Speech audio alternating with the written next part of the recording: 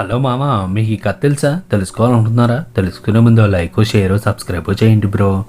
సరే, ఇక టాపిక్లోకి వెళ్తే, ఒకరోజు ఇద్దరు స్నేహితులు వేసవి సెలవులకు పట్టణంలో ఉన్న వారి బంధువుల ఇంటికి పోవచ్చున్నారు. అది అడవి మార్గం. దారిలో వారికి ఒక ఎలుకబంటి కనబడింది. దానిని చూసి ఇద్దరు స్నేహితులు పరిగెత్తుకుంటూ ఓ చెట్టు వద్దకు చేరారు. ఒకడు చెట్టు పైకి ఎక్కాడు. రెండో వానికి చెట్టు ఎక్కడం రావడం లేదు. పోనీ మిత్రుడైనా సాయం చేస్తాడేమో అంటే ముందే చెట్టు ఎక్కి కూర్చున్నాడు. రెండో వాడు వెంటనే ఒక ఉపాయం ఆలోచించి చచ్చిన వాడిలా చెట్టు కిందే పడుకున్నాడు. ఇంతలో ఎలుకబంటి రానే వచ్చింది.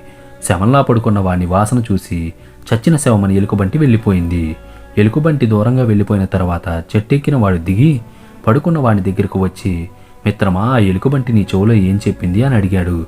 దానికి సమాధానంగా రెండోవాడు, ఆపదలో ఉన్న మిత్రునికి సహాయపడని వానితో స్నేహం చేయరాదు అని చెప్పింది అన్నాడు. అది విన్న మిత్రుడు సిగ్గుతో తలదించుకున్నాడు. నీతి ఆపదలో ఆదుకునేవాడే నిజమైన మిత్రుడు.